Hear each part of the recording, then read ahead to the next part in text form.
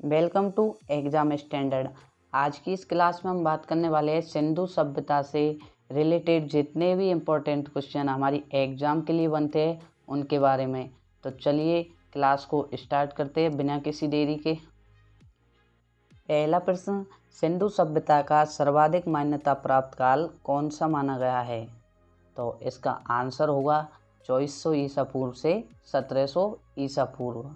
इसको ही सिंधु सभ्यता का सर्वाधिक मान्यता प्राप्त काल माना गया है। अगला प्रश्न, सिंधु सभ्यता किस प्रकार की सभ्यता थी? तो जो सिंधु सभ्यता थी वो नगरीय सभ्यता थी।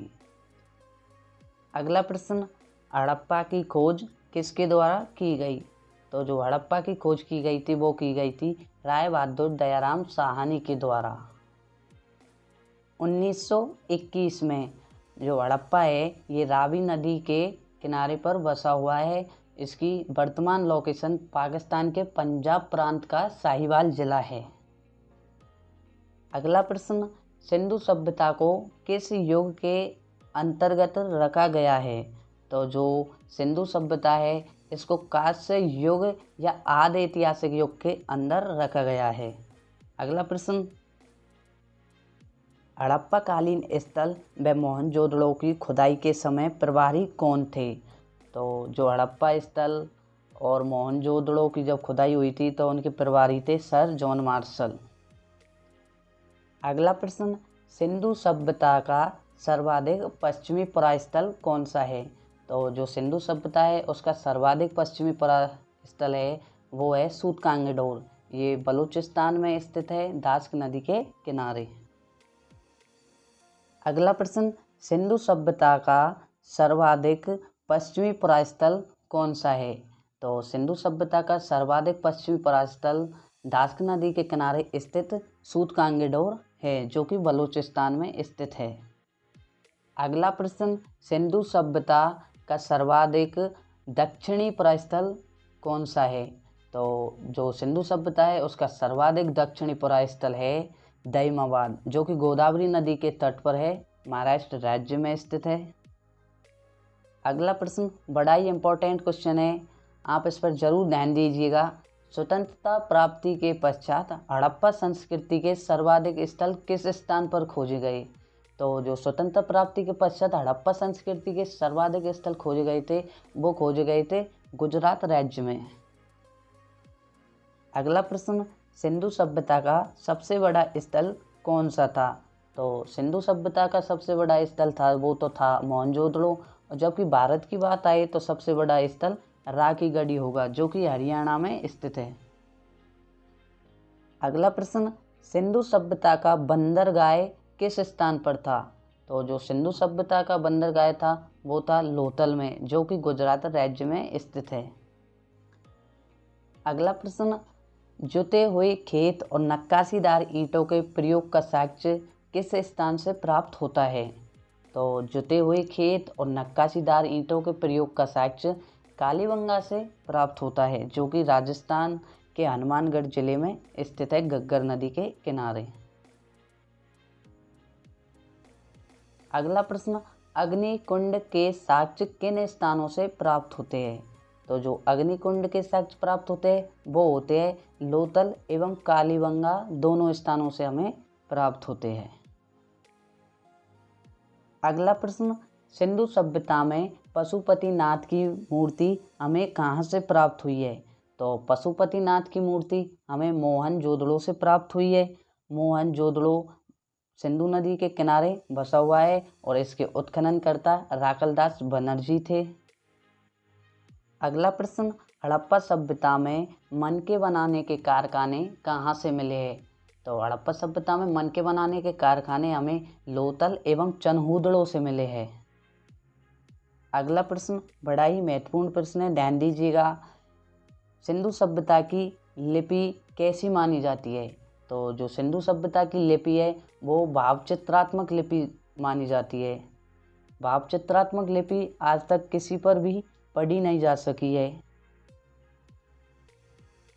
अगला प्रश्न, सिंधु सभ्यता के लोगों ने नगरों तथा घरों के विन्यास के लिए कौन सी पद्धति अपनाई? जो सिंधु सभ्यता के लोग थे उन्होंने नगरों तथा घरों के विन्यास के लिए ग्रिड पद्धति अपनाई थी।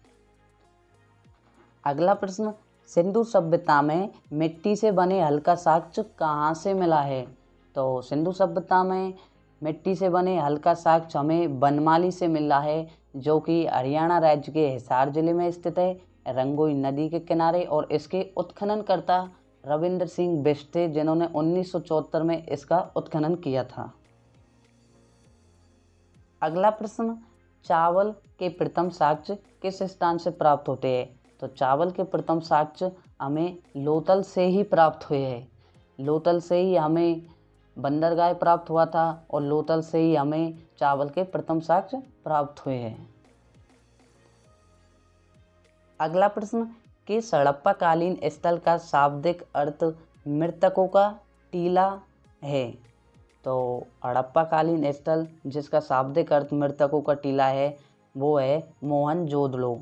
मोहनजोदड़ो सिंधु नदी के किनारे पर स्थित है और इसके उत्खननकर्ता राकलदास बनर्जी थे, जिन्होंने 1922 में इसका उत्खनन किया था। अगला प्रश्न, सिंधु सभ्यता में घोड़े के अवशेष किस स्थान से मिलते हैं? तो जो सिंधु सभ्यता है उसमें घोड़े के अवशेष हमें सूरकोटला से मिलते हैं।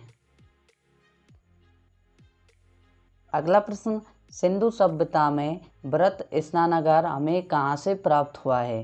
तो व्रत स्नानागार हमें मोहनजोदड़ो से प्राप्त हुआ है। यह सिंधु सभ्यता की सबसे बड़ी इमारत है, जिसके मध्य स्थित स्नान कुंड 11.88 मीटर लंबा तथा 7.01 मीटर चौड़ा एवं 2.43 मीटर गहरा है।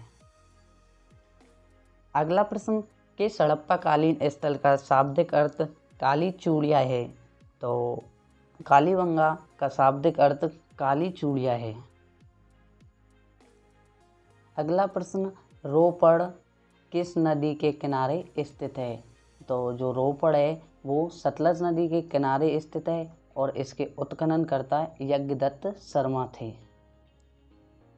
अगला महत्वपूर्ण प्रश्न है कि किस हड़प्पा कालीन सभ्यता को यूनेस्को ने अपनी विरासत में शामिल किया है? तो वो किया है धौलावीरा को। गुजरात के कच्छ जिले में यह स्थित है, लूनी नदी के किनारे, और इसका उत्खनन किया था रविंद्र सिंह बिष्ट और जेपी जोशी ने। अगला प्रश्न, कौन सा हड़प्पा कालीन स्थल अपनी उचित जल प्रबंध प्रणाली के लिए जाना जाता है? तो उचित जल प्रबंधन प्रणाली के लिए जाना जाता है धौलावीरा। अगला प्रश्न, सूतकांगेडोर के उत्खननकर्ता कौन थे? तो सूतकांगेडोर जो कि बलूचिस्तान में स्थित है, उसके उत्खननकर्ता थे ऑरेल स्टाइन, जिन्होंने 1927 में सूतकांगेडोर का उत्खनन किया था। अगला प्रश्न, सैंधव समाज किस प्रकार का समाज था? तो स्त्री मरण मूर्तियाँ अधिक मिलने से ऐसा अनुमान लगाया जाता है कि सैंधव समाज था वो मात्र सत्तात्मक प्रकार का था। सिंधु सभ्यता में सर्वाधिक पूजनीय पशु कौन सा था? तो पशुओं में कुबड़ वाला सांड सर्वाधिक पूजनीय था। इस सभ्यता के लोगों के लिए यह विशेष पूजनीय था।